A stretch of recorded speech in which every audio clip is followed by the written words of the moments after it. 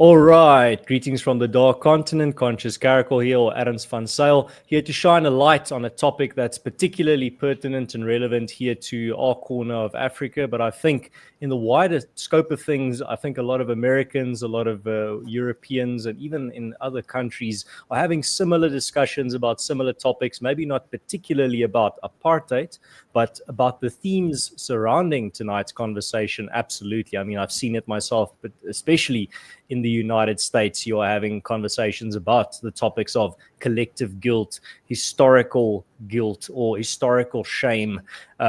Shame connected to people that came before you, maybe not even people that are directly related to you, but that looked like you in the past.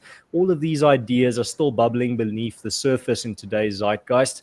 And tonight, to join me for this conversation is Martin van Staden. I think he is a guest that a lot of my audience already recognize. He has been a guest many times on this channel. And Martin actually wrote a fantastic rebuttal in regards to this assertion that you should be constantly apologizing for the past. And that's what prompted me to think, well, maybe we should flesh out this conversation, expand it from just a few tweets into a detailed conversation. And I'm glad to have you here, Martin. Thank you very much for giving up some of your time here during the week to come chat to us about this important topic. Yeah, thanks, Ernst, for having me. I mean, it's important to kind of flesh these things out, and often it's really done on a hostile basis, I think, on Twitter and so on. And I think it's just good to have a kind of a laid-back conversation about it rather than, in the midst of a big fight, because that's how these things on social media always kind of end up. Right. And I think particularly as well, you and me both have a lot of experience doing interviews and panel discussions on South African television and radio as well. And often the environment there is not too facilitating for just cool-headed, rational conversation either. It gets emotional very quickly. So I want to actually just create the environment where we can discuss these ideas robustly and critically, but without overly just getting into the emotional side of it. But before we get to the topic, I just quickly want to give a little bit of a bio or a CV to my audience that don't know who you are. So Martin is the head of policy at the Free Market Foundation. He's a columnist for the Daily Friend and has a Master of Laws, LLM, cum laude degree, and is currently busy with his legal doctorate, LLD, at the University of Pretoria.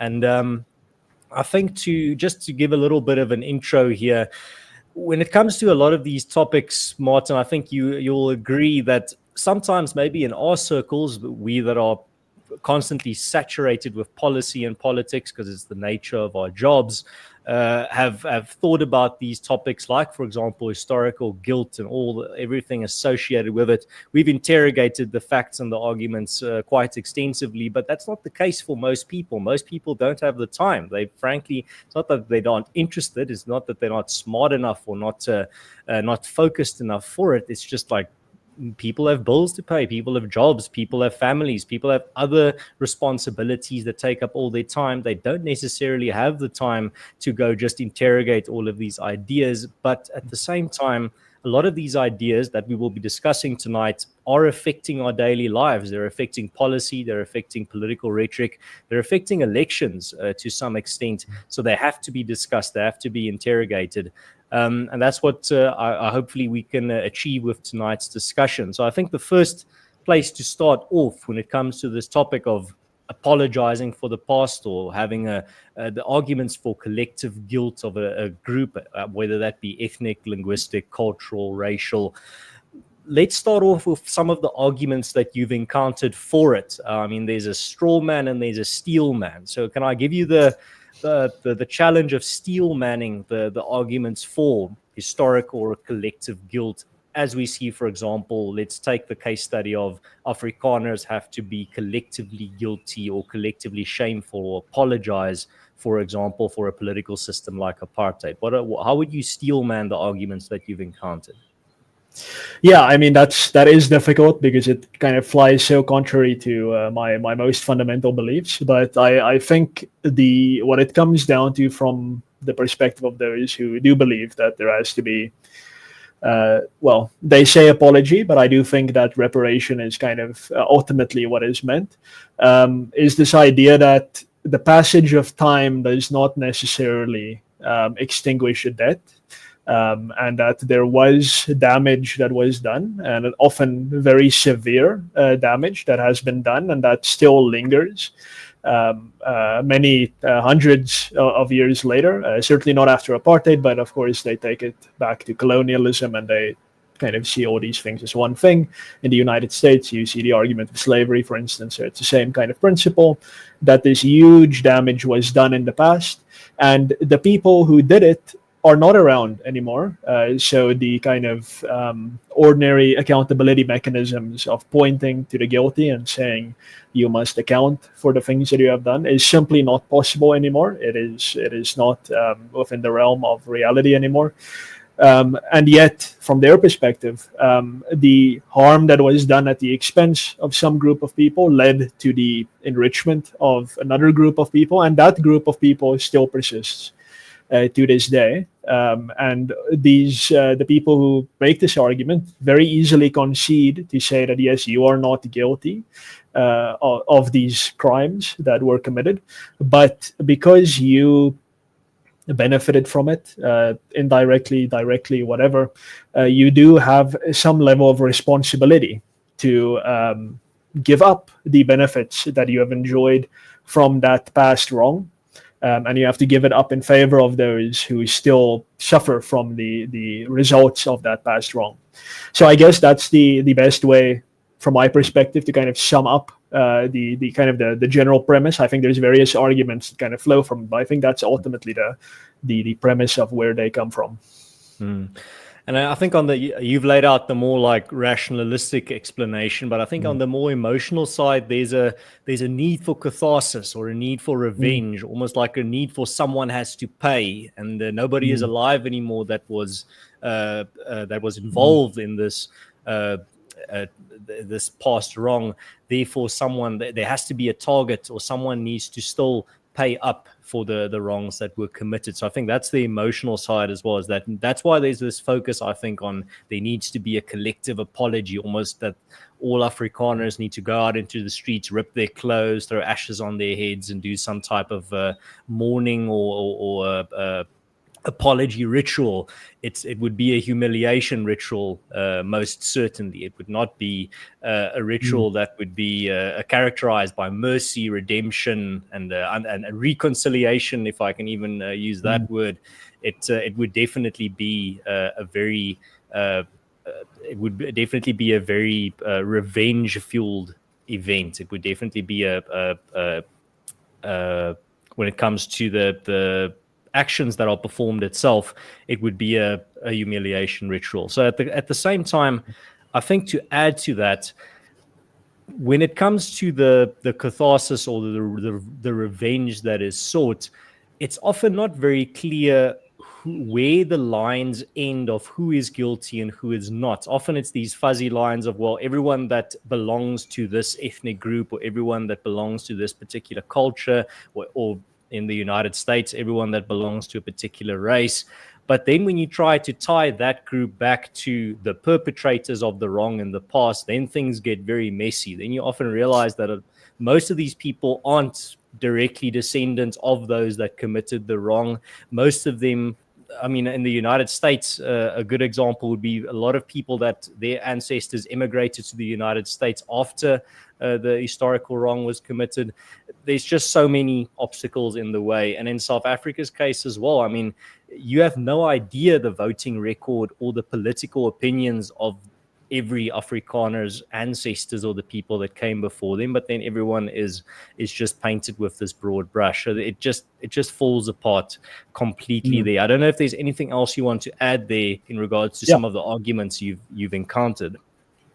Yeah, I guess one aspect that kind of ties into the emotional thing is that you can almost forgive some of the people who think like this, because they also, by no fault of their own, they exist in circumstances that are quite, I would say, similar to the people who were deprived hundreds of years ago. Very little has changed. And I think you and I will be able to say exactly why very little has changed, and will be able to point out why circumstances have not improved. But to a lot of those people, they see, wow, geez, I am poor. My parents are hard workers. Why are we poor, but the trust fund, who baby white, are doing so well? Surely they have done something wrong. And then, of course, you have the ideologues who enter into the picture, and then they provide a very simple explanation to say, listen, this is white privilege. These people actually took from you. They took from your ancestors, and they thereby took from you. And what they have is actually something that is rightly yours. And this would not have happened, in my view, that if the circumstances kind of improved, if people actually were better off, not just economically, but I think there's a big psychological aspect as well of a lack of kind of self-worth. If those circumstances improved, I don't think you would have a lot of this this mentality that kind of insists on this catharsis, this please apologize to me almost individually. I mean, it's a collective apology, but these activists almost feel that they are entitled to receiving an apology directly for it, like as individuals. So yeah, it's kind of a category error where they insist on a collective apology, but to the individual, and that's, I mean, you just alluded to that with the kind of the targeting, when you have to start tracing back, and that's where it becomes difficult. And I think one of the things that the West, and then I know a lot of maybe some of our opponents would say, oh, look at the irony of these two white guys kind of talking up the West, but that's fine. I mean, that's expected. But this is one of the things that I think the West uniquely solved for the world, the issue of evidence. Evidence is the great tool through which emotions are cut out of the way and temperatures are doused. And that is to say that, listen, if you do have evidence that I or you are directly linked to some kind of injustice, then we can have a conversation about that. And we can say, okay, wow, actually, the farm that I own was taken from your grandparents or from your great-grandparents. There's a basis for an engagement between us.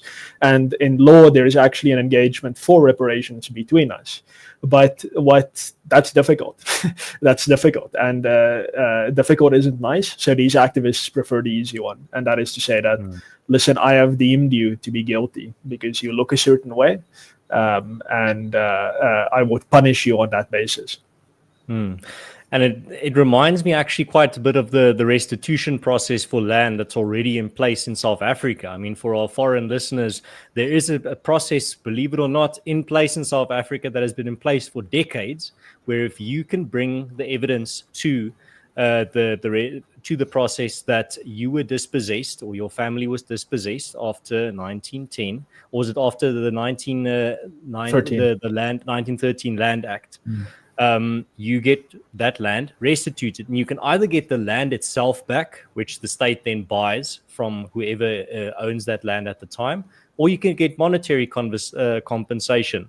Here's the shocking statistic. Over 90% of claimants prefer monetary compensation over land compensation, which flies in the face of this narrative of hunger for land in South Africa. Everyone just wants literal soil. And in the end, they want a means to an end. They want a monetary means to to invest that money, to spend that money, to consume that money.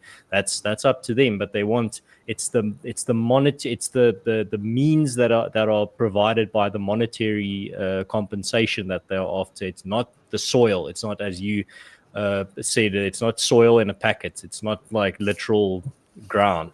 It's the money as a means, but at the same time, go for it.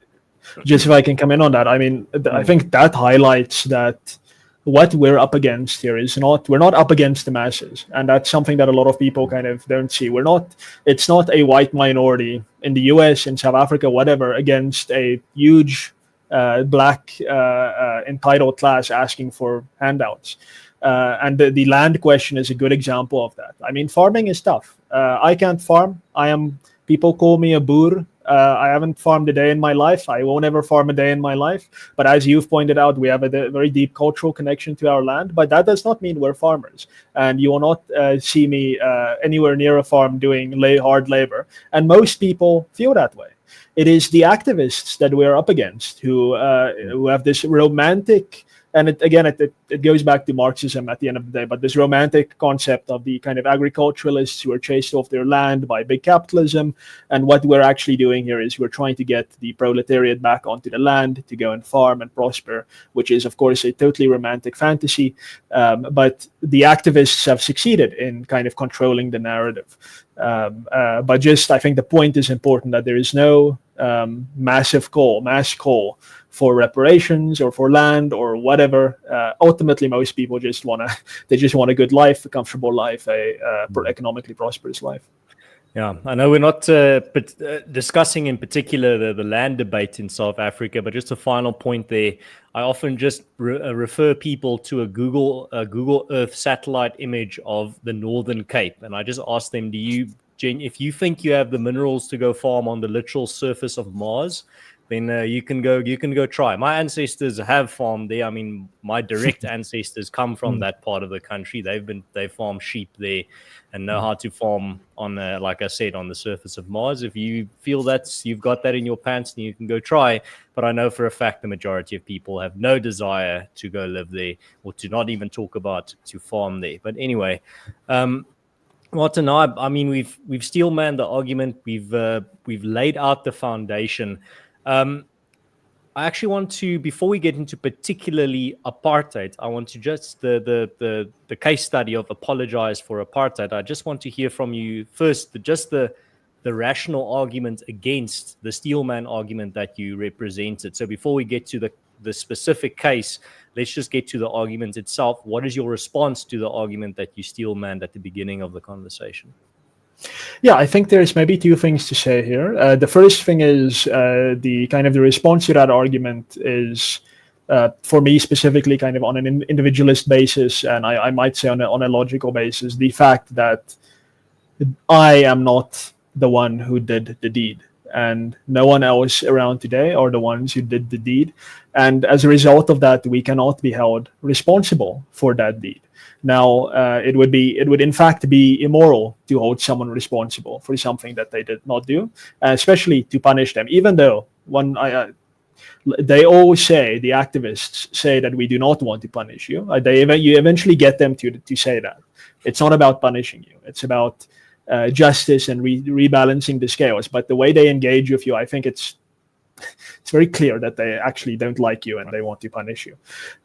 So it's very immoral to hold someone responsible for something that they did not do. And then, of course, the argument goes, but you are enjoying the benefits of the past injustice.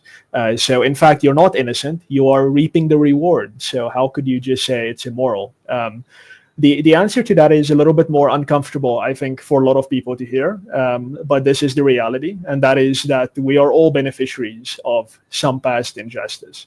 Up until very recently in human history, it was all versus all. It was conquest after conquest after conquest. It's a brutal history of war upon war and upon land takings upon land takings.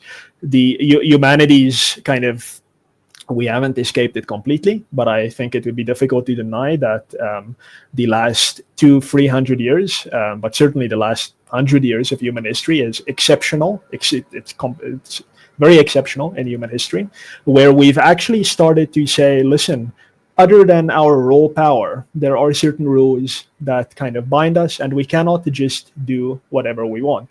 That is a very new idea.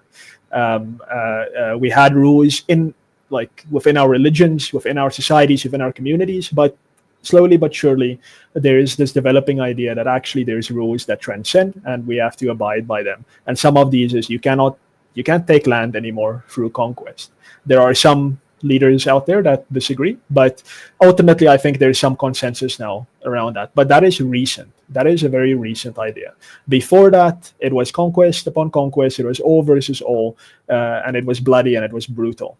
And we are all beneficiaries and victims to various degrees of that. As we sit here today, we are beneficiaries of Roman slavery, the aqueduct systems that they had to build over hundreds of years, trial and error through slave labor.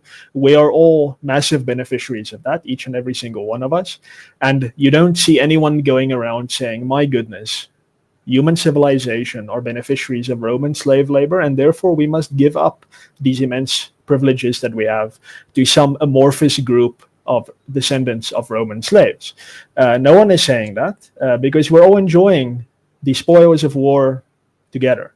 Now, the closer you come to the present day, with apartheid being a very relatively recent phenomenon, you can more clearly see, okay, listen, this policy try to benefit this specific group at the expense of this other group. And I mean, the Holocaust is also quite a recent example of that. But I think the Holocaust is an example of where the reparation process was done right, and the post-apartheid period is where it's kind of done wrong. I'm not going to get into apartheid. We'll get that a bit later. But as far as the Holocaust was concerned, I think the state of Israel and Germany in the 50s signed an agreement where they actually quantified the amount of victims and the amount of people that are now coming to Israel. And they said for every person, Germany has to provide X number of amount in money to compensate and to resettle that family and that person in Israel. And it was quantified. It was an evidence-based process for a very recent wrong that was committed. And that story was basically completed. The money was paid. The book was closed. And the Jewish people, I think, are a great example of a population that it's 16 to 20 million people around the world who basically have been victimized throughout history for hundreds of years, thousands of years. And at every turn, they've basically, when they've been kicked down, they basically get up and they power on and they kick ass and take names as they do that. Whereas other groups, I would say, the Maori in New Zealand and maybe Native Americans in the United States, have had the kind of backward-looking approach where it's a constant process of grievances that actually just continues the cycle of dependency and of deprivation. So that's kind of one argument, and I think the other thing to kind of say that I guess it's more a matter of strategy, and to some degree I think our opponents are quite ingenious in this respect, but it still, I think, speaks to ethics to some degree, and that is Stefan Molyneux, who used to be a pretty good libertarian commentator. He kind of lost his mind a few years ago, but before that happened, he made a very good YouTube video on shame and guilt, which unfortunately is not available anymore, but I took some notes in 2015 and I still have those. And he basically explained that actually guilt is a very important part of being human. It's something that kind of distinguishes us from animals and from other species, is the ability to feel shame, humiliated, and guilty for things that we have done, whereas animals kind of just carry on, even though they've wreaked havoc. So that's a very important thing in a healthy community and healthy society. If you've done wrong, you're guilty, you're kind of feeling the social pressure. But there is a way that is weaponized against you, and the way that he kind of he called it bad guilt, I think, which I then subsequently in an article called the quiet violence of accusations of white male privilege. The two kind of things that stands on, firstly, is the culpability of the target group, and the resulting guilt must be perpetual. And the other kind of related aspect to that is the culpability and the resulting guilt cannot ever be remedied. And I think that's a very clear example of what we're experiencing, what Americans are experiencing with questions about slavery. No matter how much is in fact conceded, no matter how much is in fact paid, no matter how much is done, no matter how much is apologized, it can never be enough. And that is the logic of the kind of perpetual apology kind of industry that's developed. It can never be enough. It will never be enough. And the kind of Molyneux's takeaway from that is that what we have here are two conflicting levels of empathy. Those who are paying the reparations and those who are apologizing have a higher degree of empathy for those who they are apologizing to than they have in reverse. And so there is no reciprocation of empathy. And I think in the South African context with these activists, you can clearly see that while we, I think, do have an understanding of what the injustice of apartheid meant and how it could have led to a lot of damage, and how it did in fact lead to a lot of damage, we do not receive any empathy back from our activist opponents who say, listen, I actually understand, I get it. I get that you didn't do anything wrong. You're not, the only thing you're doing wrong is not suffering. And I understand that this might seem a little bit jarring to you. So let's kind of, let's work it out. We don't have that. We have different levels of empathy. And Molyneux's conclusion was, if you have those imbalances in empathy, you actually have to stop being empathetic. You actually have to disengage. You have to say, listen, until we can meet each other kind of as equals, we're not going to play this game anymore of apology and of reparations. We actually have to understand each other before we can even start to have that conversation. So I think those are kind of the two rebuttals that I would have against the apologize argument. And at the same time, there's never a route to redemption that is given. It's always this very vague of, well, everything will be fine if you just apologize. Well, it clearly isn't. And that's what brings me to the next part of our conversation, is that actually this is one big fat myth that we've talked about, the fact that the grounds for whether you should collectively apologize or not. But the fact remains, Afrikaners to a large extent, maybe not collectively, but large swaths of the Afrikaner population, in particular the Afrikaner elite, have actually quite publicly and frequently and repeatedly apologized in some of the most prominent Afrikaner platforms and forums of discussion and political thought that are out there, that are available. And you actually made this point in your tweet. I want to put it up on the screen. You'll probably know a lot of this from memory, but I'm just going to put it up for everyone to see. I have a screenshot here of your tweet that actually forms the basis of our discussion today. There we go. All right. So Martin, I mean, you made the argument.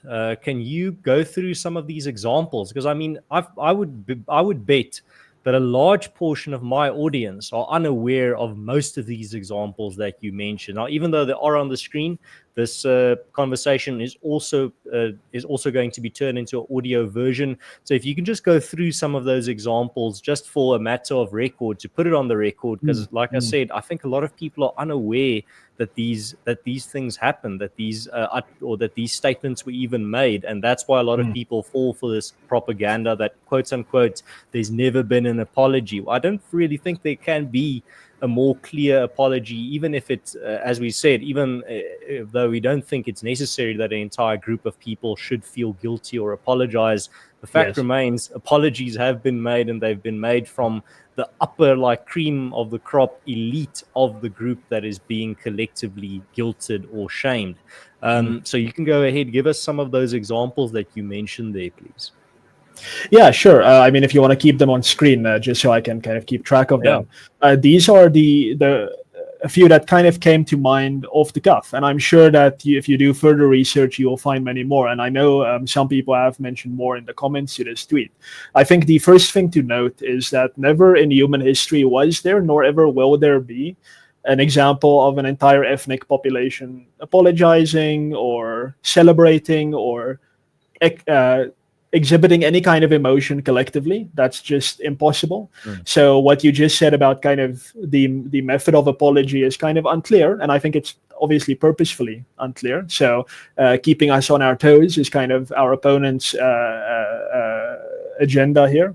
So there will never be an example of a totally collective apology. So you have to take what you can get. Just before you continue, Martin, it gives you a nice little plausible deniability, where if you say, even if Afrikaners were able to put like half of the Afrikaner population into one spot, and they all collectively apologize. Those demanding the apology can always just say, well, that was only half of you. There's an entire half of your culture that has not apologized, so apology not accepted. You could only muster half of people, 1 in 2.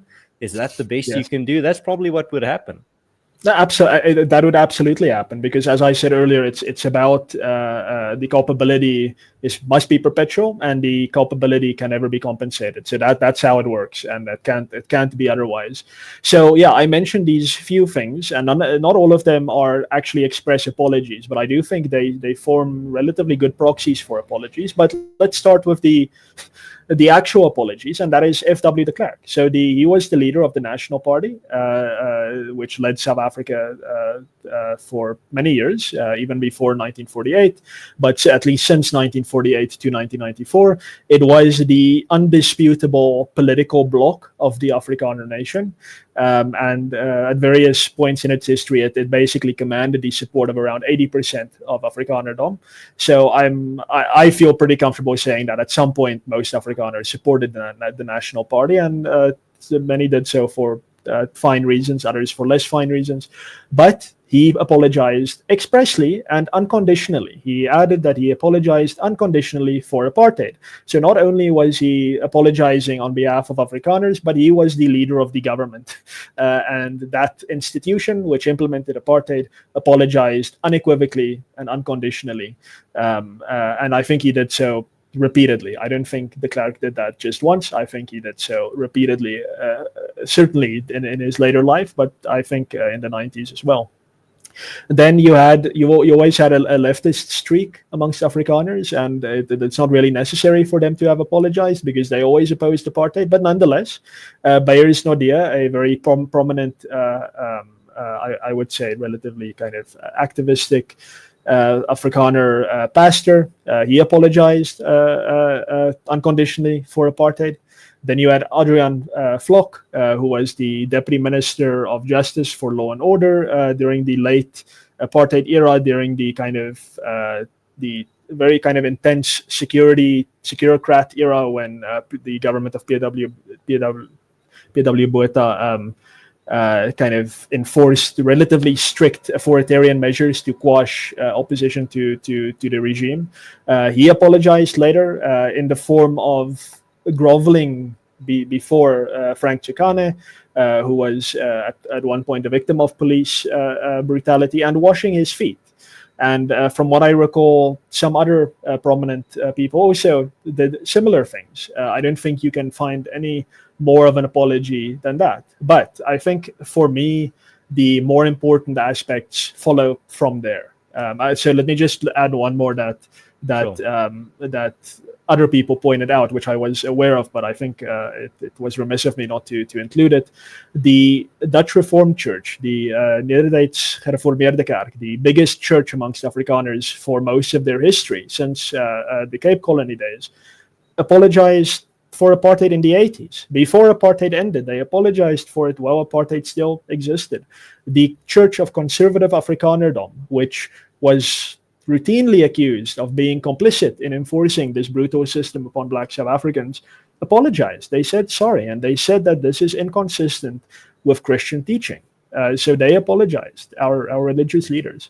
But yeah, so like I said, the important stuff starts here. I think this has been kind of pointed out to death, but I don't think people always appreciate it, that apartheid ended, and the Afrikaner nation gave over power of the most powerful state on the continent without one shot being fired. There was a lot of shots fired between resistance groups during those days, but at no point did the dreaded military coup that people thought Constant Viljoen, who was the leader of the SADF, would pull off with his Afrikaner Volksfront. There was this idea that the generals, the conservative right-wing generals, were going to seize power during the negotiations. That never happened, and if you read the correspondence within the kind of far right, I mean, that's such a tired term now, the far right of Afrikanerdom from those days, there was no question of that ever going to happen. There was the AWB who tried some silly things, but at no point was the SADF going to pull off a coup. So there was a peaceful transition of power, completely peacefully, and a kind of orderly transfer of power. A lot of people kind of amongst Afrikaners say that the National Party handed over power to the African National Congress, which I think is an incorrect characterization of what happened. We had an election, but I mean, the fact that a lot of people think that way shows just how exceptional I think that was. And almost immediately, I would say, there was a complete assimilation of Afrikaners into what I chose to kind of describe as cosmopolitan and majoritarian institutions.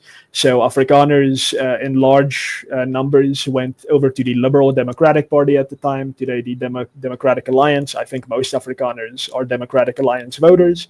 This is a you can almost say socially liberal institution that has no interest in any kind of racial politics. I know some of our opponents will say that I'm lying here, but I think let's be reasonable. This entity has no interest in racial politics, certainly no interest in separatist politics, and that's the case for most Afrikaners. The Front National, which was based on the National Front of Marine Le Pen in France, which is their version of a far-right party, they tried to be a far-right movement for Afrikaners in South Africa, and they failed to make a dent in politics during an election. The kind of most conservative Afrikaner party is the Freedom Front Plus, which I think, if it were to be plopped in Europe, would be a perfectly centrist party that doesn't have very controversial views one way or the other, I think. So there is no big Afrikaner political bloc that has any kind of interest in dividing South Africa up into racial enclaves anymore. There is no interest in that. Then the last two that I mentioned are economics related, because I think that's ultimately what it comes down to. As I said earlier, more than an apology, people want reparations.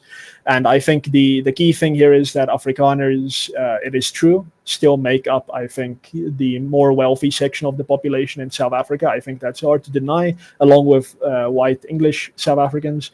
And at no point has there been a tax revolt. At no point has there been a large-scale refusal to engage with the new government, with the majoritarian government, from Afrikaner business interests, from Afrikaner civil society. There has been, and certainly Afrikaner taxpayers, there has been a complete and utter acceptance of the status quo, even as institutions that used to function, that I never knew. I've never known a state institution in my life that has functioned well, except SARS. Now, my parents and my grandparents have only known state institutions that functioned until about 2 decades ago, shortly after the transition, when things started falling apart. And yet they continued paying taxes. They continued to engage bona fide with the new government. So that just continued. And then the final point is every large Afrikaner business. I mentioned two because I think they're notable. Naspers.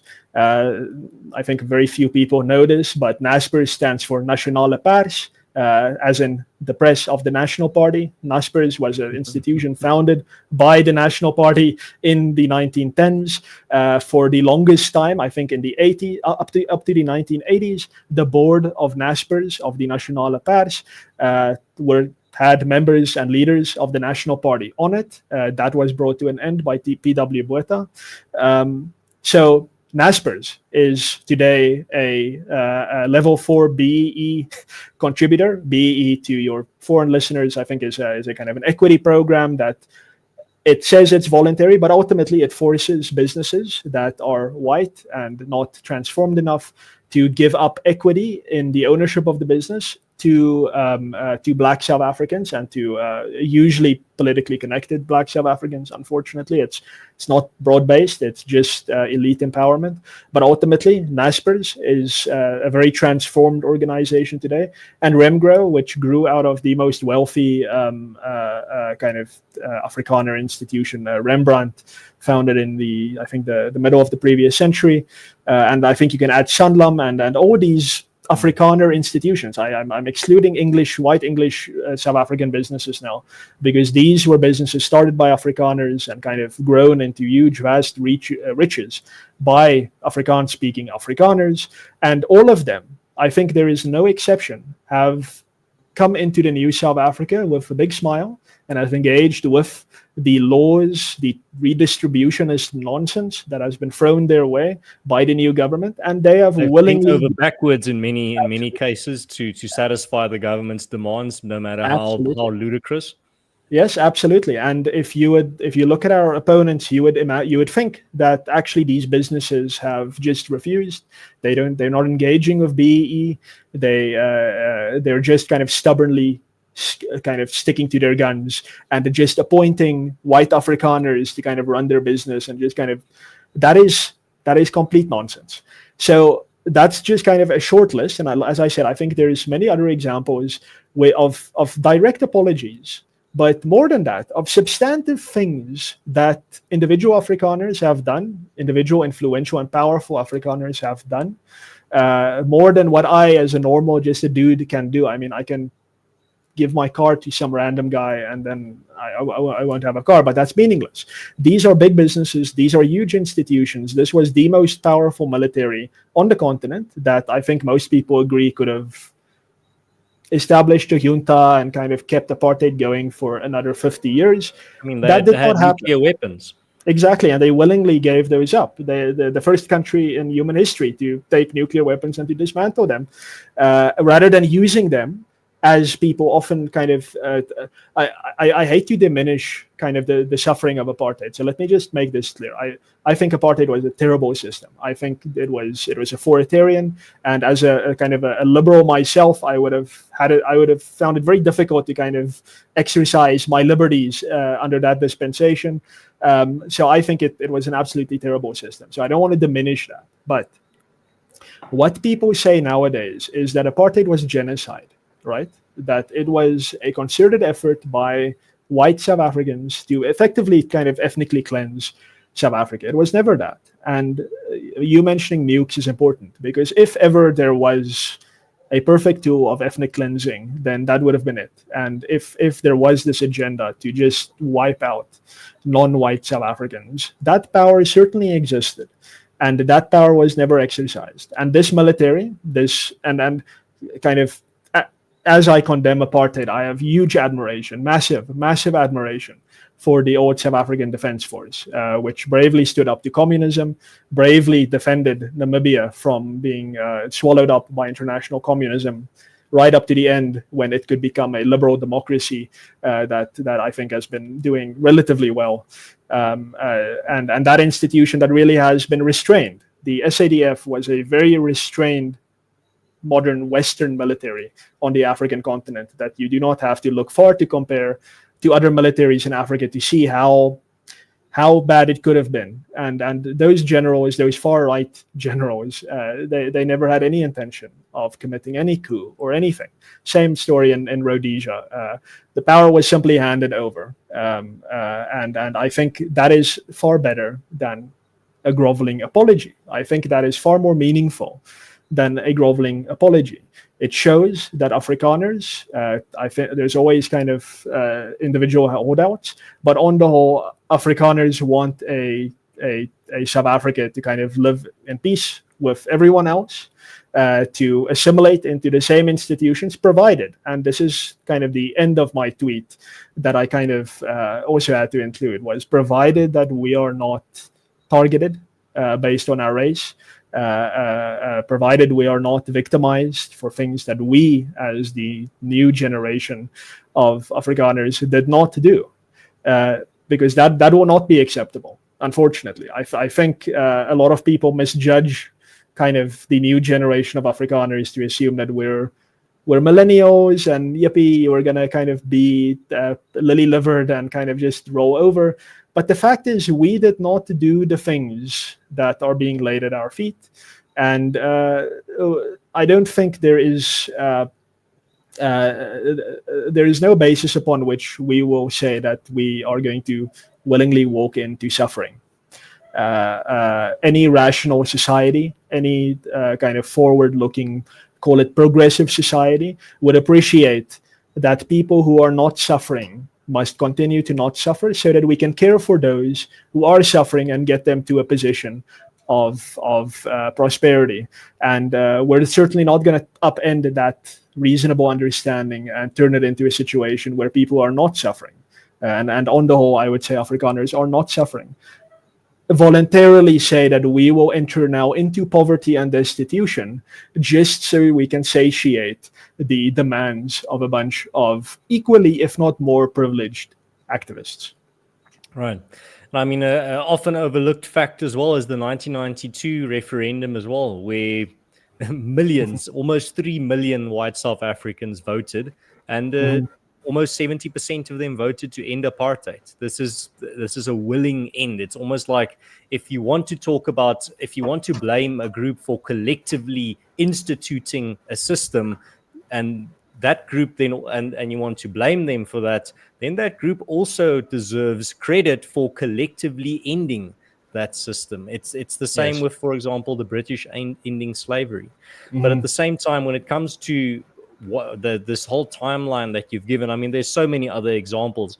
The point that why I wanted to talk about this and why I wanted to go through that timeline is not to make the point that, oh, but see, there was an apology, therefore there needs to be some type of forgiveness. No, it's to show that there has been many of, like, textbook, the type of apology that a lot of these people demanding a collective apology would say, well, that's the type of thing that I want. And then you show it to them and then they say, well no, it doesn't count. The point is, apologizing collectively doesn't help, or a large portion of a population being blamed for a historical wrong, apologizing from their political to their social elite doesn't help. It doesn't do anything. It just creates the basis for your punishment. Then it's just used as an admission of guilt. That's why I wanted you to outline that again. That timeline is to make that point, is that even if an apology is given by a large swath of a population, that will not be enough. It will never be enough. And at the same time, when it comes to the point of reparations, there's another paradox. On the one side, the argument is made that white South Africans control the entire economy, they hoard all the income, but then at the same time, income tax is not seen as a payment of reparations. I mean, technically, you and me, we work for the first 3 or 4 months of the year for free for the state, based on our taxes that we pay, and that money is used. We don't see a cent of that money. All that money goes to the state's upliftment programs, into the state's welfare industrial complex, where more than 50% of the South African population currently is dependent on some form of government grant. You can't have both. You can't on the one side say white South Africans are in complete control of all the resources, the entire economy, all the income, but at the same time say, well, then income tax doesn't count as some form of reparations. It's one or the other. But I mean, that's... If I could just add one more thing, I think you brought up the 1992 referendum, and something, again, it's an uncomfortable fact, because people will now say that I'm trying to paint Afrikaners as angels. Again, that's not what I'm doing, but the people who voted no in that referendum were not voting yes to apartheid. So the no vote in the 1992 referendum was to a question about continuing negotiations that were already underway with the ANC. And that was led by the Conservative Party, the Conservative Party, founded in the early 80s. Now, the Conservative Party is often pointed out, kind of identified as the party that just wanted to continue hard apartheid. Now, if you just actually study the Conservative Party, that is not what they wanted. The writing was on the wall, specifically for the intellectuals who defined the program of the Conservative Party, that in fact apartheid was unsustainable. Before it was clear to the National Party, they understood that this system, the premises, the economic premises, the social premises of this system cannot continue anymore. It worked for a while to it existed for a while, but it could not continue just because of pure demographics. And there was a degree of moral reasoning in that. Now, this was the SABRA, the South African Bureau of Racial Affairs, followed up by various institutions that some still exist to this day. And the idea ultimately for the Conservative Party was the establishment of a Volksstaat. Now, a lot of people think that that is a racist idea, and maybe it is. But it does come down to ending apartheid still and putting Afrikaners in their own corner of the country and giving kind of the rest of the country to the majority population. So I think it's very clear that the no vote was not a vote in favor of apartheid. It certainly wasn't a vote in favor of continuing the kind of rogue policies that earned South Africa international condemnation. So I think a far greater proportion of Afrikaners, even than the 69% that voted in favor of continuing the negotiations, were in fact on board with ending apartheid somehow. Not just on the premises laid out by the ANC, but certainly somehow ending it, because I think all Afrikaners, certainly the elite, conservative and progressive, understood that this system could simply not continue. And it's another fact that is very conveniently ignored, because South African history is now seen in themes. That's something that I've found very kind of problematic, but it's a very thematic understanding of our history, white versus black. Now it's pro-black and so on, which is just you miss all the details that are so crucially important to understanding what's actually going on. And just quickly, a tweet flashed into my mind where there was someone that described the EFF as a non-racist party, and then a bunch of EFF people came in and said, no, the EFF is an anti-racist party. We are not a non-racist party. But anyway, just a sign of the times of what's going on. I'm just glad that party is ripping itself apart. Sure. I think that's important. So a lot of people kind of on the EFF side of things, they know exactly what they're doing, and that's. I mean, this is a difficult thing that telling people Afrikaners, but I mean, ultimately there's a lot of kind of people across the racial spectrum who kind of see things our way now. It's becoming increasingly easy to actually make this argument, and thankfully so, because it's not just white people who can kind of understand the logical and ethical issues with what is being said. But ultimately, in my view, what I said earlier, if the empathy is not met at a reciprocal level, then you have to actually hit the brakes.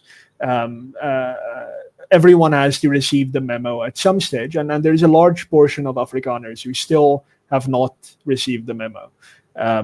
Who still kind of grovel, to use like a very descriptive word, we still grovel and say, oh my goodness, we just have to kind of walk on eggshells. And I think that is the wrong approach, because that's not respectable.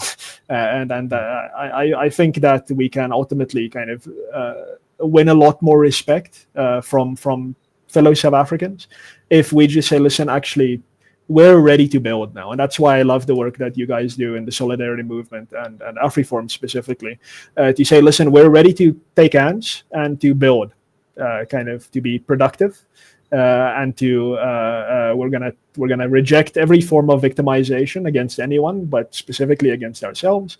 And we are there and willing to help build a country for everyone. But if you start with redistributionist, invariably coercive rhetoric, then we're going to fight you. And I think that is the right mentality. That is, I alluded to them earlier, but that is something I admire amongst Jews around the world nowadays. It's this idea that, listen, we've now went through something of a roller coaster as a people, and we've experienced a lot of pain, and we are now done experiencing that pain. We are ready to be productive contributors to the prosperity of Palestine and of the world, but we will not be beaten into submission ever again. And I think that is think that's a respectable position to hold, and I think increasingly we're going to see that amongst newer generations of Afrikaners. One of my old colleagues who kind of was born in the 40s, also an Afrikaner, he told me once that for his older generation of Afrikaners, it's a little bit more difficult. They saw what apartheid meant to a lot of Black South Africans, and they saw the pain and suffering that I only see in books and in videos that I cannot relate to, but they saw it. And he told me that he does feel some level of guilt for that because he drove past while it was happening right in front of him. And I think I respected that. I think that's good. That was a good level of empathy for injustice as it was occurring right in front of him. And I think him apologizing, I don't think he should. I don't think he has to, but he can do that. But for you and me, for certainly, absolutely for our children, the idea that we need to kind of continue this endless cycle of apology, of just kind of giving and conceding, that has to end. That has to come to an end, because that is not respectable. And these people are our enemies, are not Black people. These activists, these EFF, MK, ANC activists, this small tiny minority of very influential people, they are the enemies of prosperity, and they're certainly our enemies, and we shouldn't feel that we owe them anything. And I think you touched on something important there, Martin, is the fact that there is a place in society for the idea of apology. I think that's one of the most human elements that there is the apologizing. It's very deeply rooted in Christianity as well. When you do something wrong, you admit you're wrong, but there's a catch, or there's a very important aspect here. Then you are forgiven. Then you are shown mercy. Then you have a very clear path to redemption. Mm-hmm. But from those demanding collective apology from Afrikaners or white South Africans, there is no clear path to redemption. There is no prospect of forgiveness. There is no mercy. It is just endless humiliation ritual, endless groveling, endless apologies. And that's exactly, like I said earlier, why we need to put it on the record that, yes, there actually has been quite a few collective, well, not collective, but large-scale, high-profile apologies from people pretending or saying that they are speaking on behalf of Afrikaners, but a lot of them within a position where they are actually speaking on a very large, on behalf of a very large part of Afrikaners at the time. And the point there is that it didn't do anything. Nothing changed. The demands for apology just became more rabid, became more vicious. It didn't quell any of the radicalism from these activist types, as you mentioned. So my advice always to people is, apologize when you did something wrong. It's not a mantra of like never apologize for anything, you're always right in every case, but you never apologize to those who don't believe in forgiveness or mercy or redemption, and you don't apologize to those who will only use your apology as an admission of guilt and basis for your punishment. You only apologize to those who will forgive you for the mistake that you personally made. You have no moral obligation to apologize for your ancestors. You have no moral obligation to even apologize for people. I mean, we're talking, and this is something people often forget, and I always have to point it out. We're not talking about direct ancestors for most people when it comes to historical guilt. It's literally talking about people that looked like you in the past. Therefore, you are connected to them.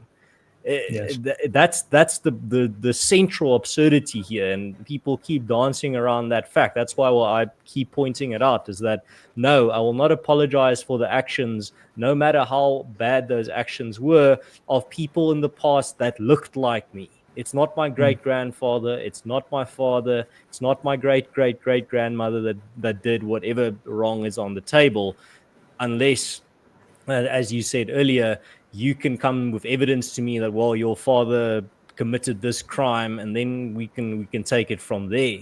But that's not the case. It's literally, it's not even, it's not a reductio ad absurdum. It is actually the argument that you should be punished for the actions of people in the past that looked like you, or spoke the same language as you, or had the same culture as you.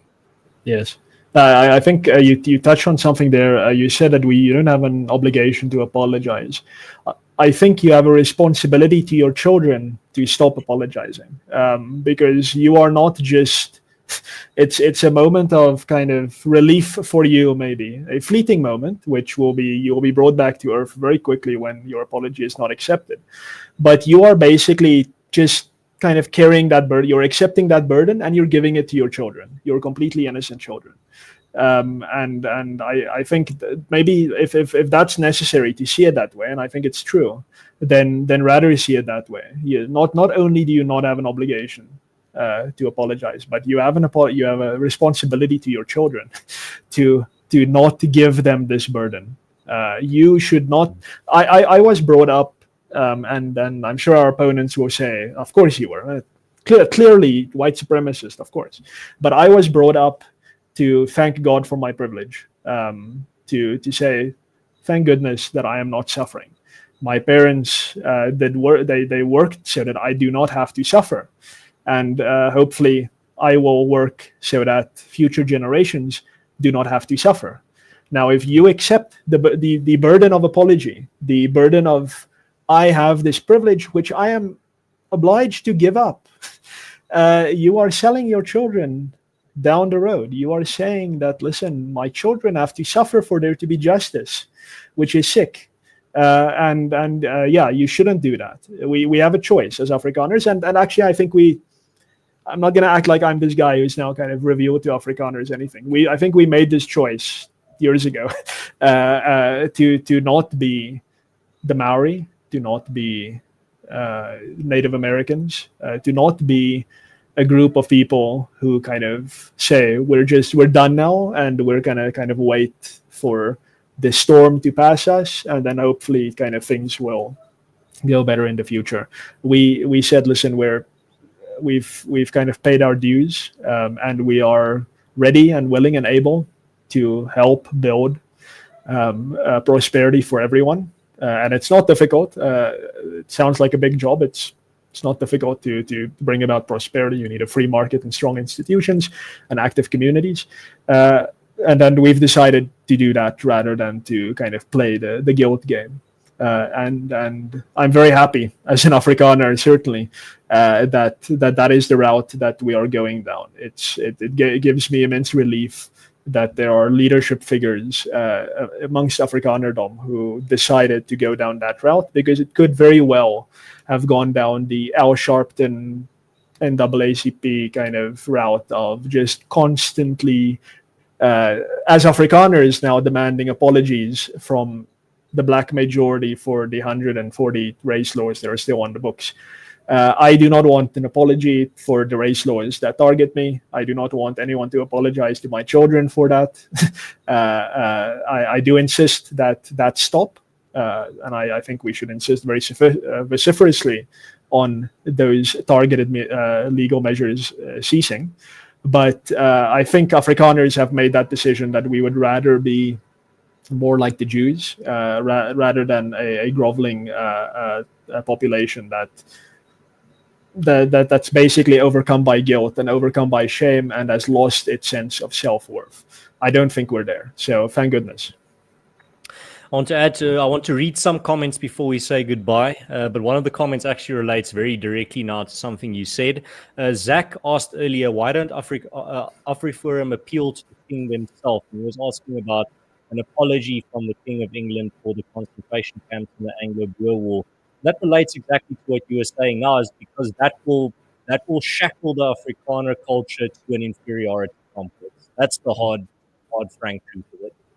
When your happiness, when your prosperity, when your self-worth is dependent on the apology, a collective apology from not even just some other outside folk or people for something that happened 100 or whatever years ago, then that is the perfect soil for the growth of an inferiority complex. And what an inferiority complex does, it just cripples and pacifies you completely. I would go as far as to say a culture that has imbibed and has welcomed an inferiority complex into their house is a culture that is unable to build anything, because you can't look towards the future. You just completely get trapped in that mode. So that would be the worst thing to happen. I don't want to see that happen. I don't want to see. I'm not demanding, as you said, Martin, I'm not demanding a collective apology from anyone, because that would be the end. Maybe not the end of the Afrikaner culture, but would be the end of the Afrikaner self-respect. And I don't want that, because there's too many other cultures and groups out there that have become susceptible and have embraced their inferiority complex, and they are suffering. Their existence does not seem very happy. It seems torturous, and I would not wish that on any collective in any sense, any cultural people. So here's some other comments that I wanted to highlight before we say goodbye. Gert Jansen van Rensburg at the beginning of the stream said, Conscious Caracol, in line with apartheid apologies, what does Martin think about banning images of the previous South African flag from the internet? Well, Martin, you can briefly answer there. I know what your answer is going to be, but yes. Let's put it on the record. Yeah, so I mean, you and I did I think our last video together was just before the Equality Court judgment that did declare the old flag hate speech. So certainly I am absolutely against that. I feel quite uncomfortable with what the old flag came to represent. Early in its life, it represented the Afrikaners' participation in the fight against fascism. It is the flag under which we participated in overcoming Nazism in Germany. That is something that I think is a proud tradition. But ultimately, the flag came to preside over a very authoritarian regime wasn't just authoritarian due to its apartheid policies, but it was very authoritarian in many other respects as well. As a liberal, that kind of doesn't sit well with me. Absolutely, the flag should not be banned under any circumstances. And I say that for the Nazi flag as well. I say that for swastikas. You should not ban symbols. And I say that for the song Kill the Boer as well. The song should not be banned, but obviously there should be contexts in which things are said and done that does give rise to hate speech. And when it's written on in blood against people is kind of on their rooms where people were murdered, and then the leader of the third largest party says, yeah, that's fine, that's kind of what I had in mind when I sang it, then I think you can throw that guy in prison. But the song per se and the flag per se certainly should not be banned, because what have you done? What have you done other than make this flag a martyr for freedom? If you say you cannot show that symbol anymore, then I, as a liberal, will very desperately want to show that symbol just to give you the middle finger. So don't incentivize people to show things that you find offensive by banning it. Forbidden fruit tastes the sweetest. So just don't go there. Just to respect people's freedom to associate with the symbols that they deem important to them.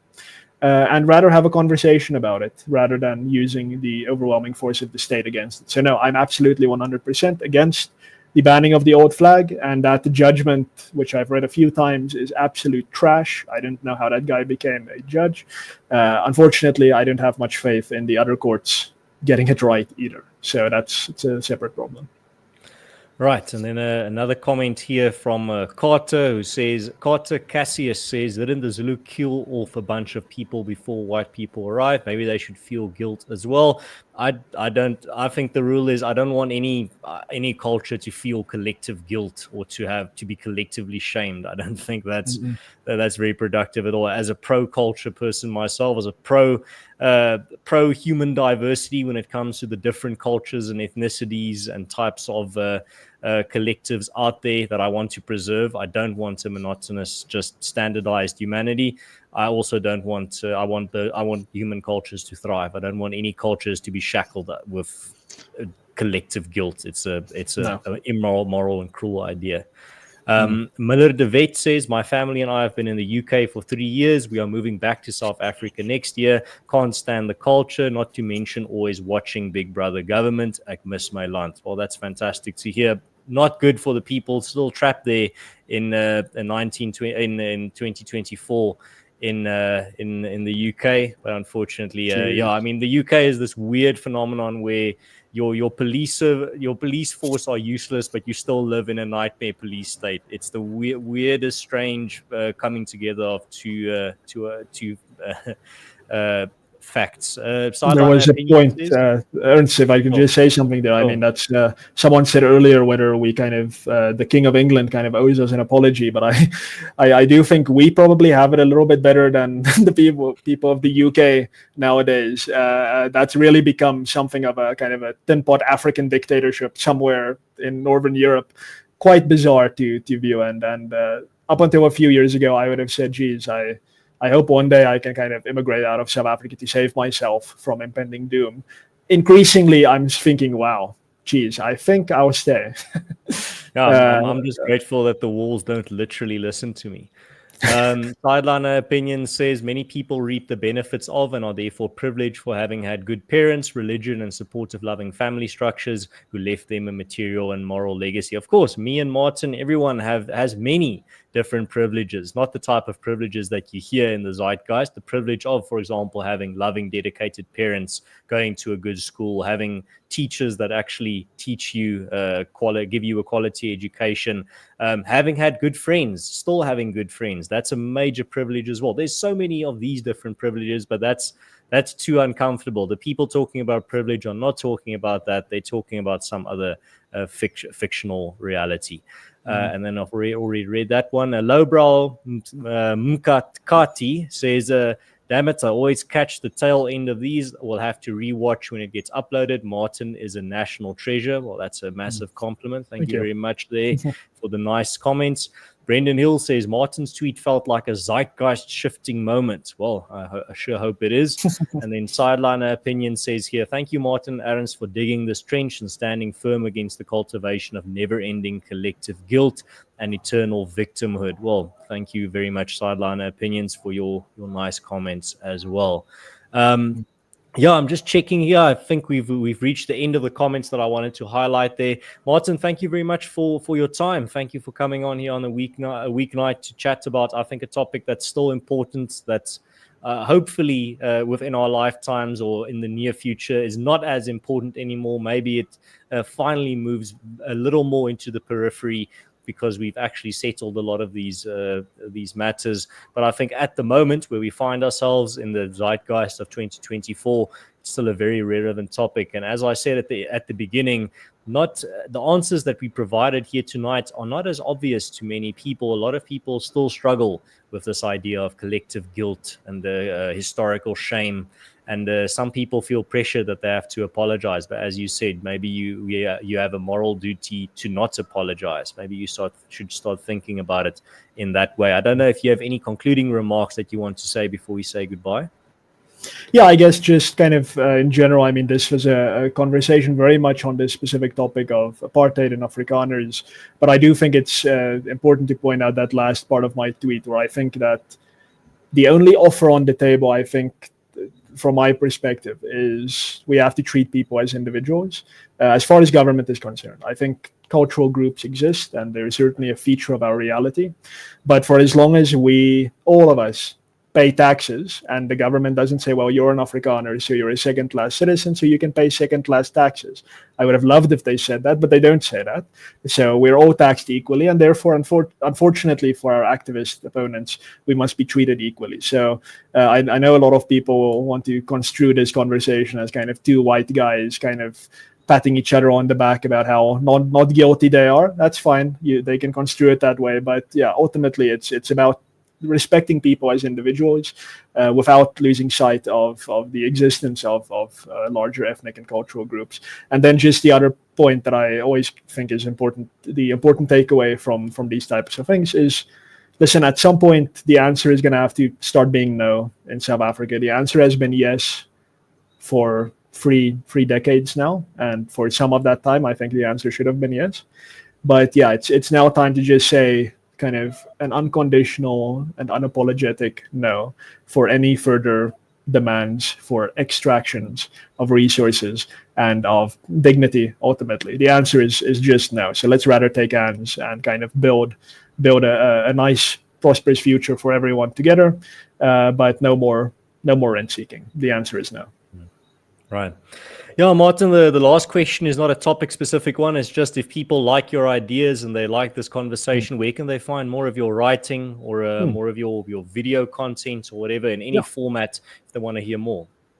Yeah, so my website is the main hub. So just go to martinvanstaden.com. I am quite active nowadays on Twitter. That is at Martin_ASFL. And then please visit the website of the Free Market Foundation, which is where I work. And most of our content is on there. And we are quite active on YouTube as well. But you'll find all those links at freemarketfoundation.com. Fantastic. And I see Andre asks if we are both English. No, this is my English international channel, so I cover all of the topics. That's why my intro says the dark continent, because I think to many on the outside, Africa is still information-wise a dark continent. They have no idea what's going on here, and I like to shine a little bit of a light on that. Ek het eintlik 'n Afrikaanse kanaal waar ek al die onderwerpe wat ek oor gesels op my Engelse kanaal ook dek. Jy kan dit gaan vind. Die naam is In Alle Erns. Daar's 'n skakel ook in die beskrywing van hierdie video en op my YouTube kanaal, so jy kan daar gaan kyk as dit Afrikaanse eksklusiewe Afrikaanse inhoud is waarvoor jy soek. Kan jy dit daar gaan kry. Al die onderwerpe wat ek hier dek ek ook daar in een of ander kapasiteit.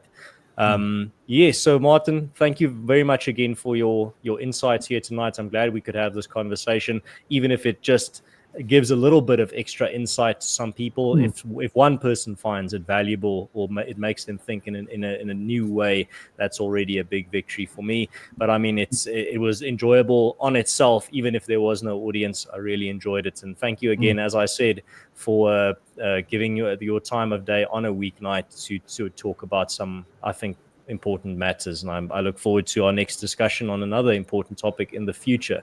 And I hope you have a great rest of your week and then weekend as well. Yes, thanks Ernst. Yeah, it's been a great conversation. And ja, baie dankie. Ek is ook eintlik Afrikaans, net sodat almal weet. Ek kry nie baie die geleentheid om Afrikaans op aanlyn te praat nie. Maar ja, baie dankie Ernst. Dit was baie lekker om dit te bespreek. En ja, tot volgende keer. Ja, en ek weet baie van jou Afrikaans skryfstukke kan ook op Marula Media gevind word. Ja. So ek dink dis waar mense as hulle spesifiek jou Afrikaanse formaat wil lees in Afrikaans, is dit op Marula Media ook beskikbaar. And then just lastly, thank you to everyone that tuned in. Thank you for your comments and questions. I always like making your comments part of the content. That's very valuable to me, because it serves then as a time capsule that if YouTube and the internet still exists in 100 years, people can actually come look what people were talking about and saying in 2024 in the live chat and online. So thank you very much as well for that. And if you're new to this channel and you like this type of conversation, you can subscribe. And you can also, if you're watching and it's no longer live, leave a comment in the comment section of your questions and your other inputs. I read all of them, really appreciate the inputs as well. And if YouTube is not your primary platform for listening to long format conversations or topics, there is all of this is also uploaded on every podcast platform under Conscious Caracal or Stream of Consciousness, or you can just search the title of the podcast or the episode and you'll find it there. And I will see you guys on whatever platform you consume long form content on. This podcast is available on most of those. But I've kept you guys long enough. I hope you have a fantastic week ahead. Stay safe this weekend as well. And Martin, good luck with the rest of the week. You're doing important work, and we'll chat again real soon. Thanks. Cheers, Ernst. Cheers, guys. Have a good one, and God bless.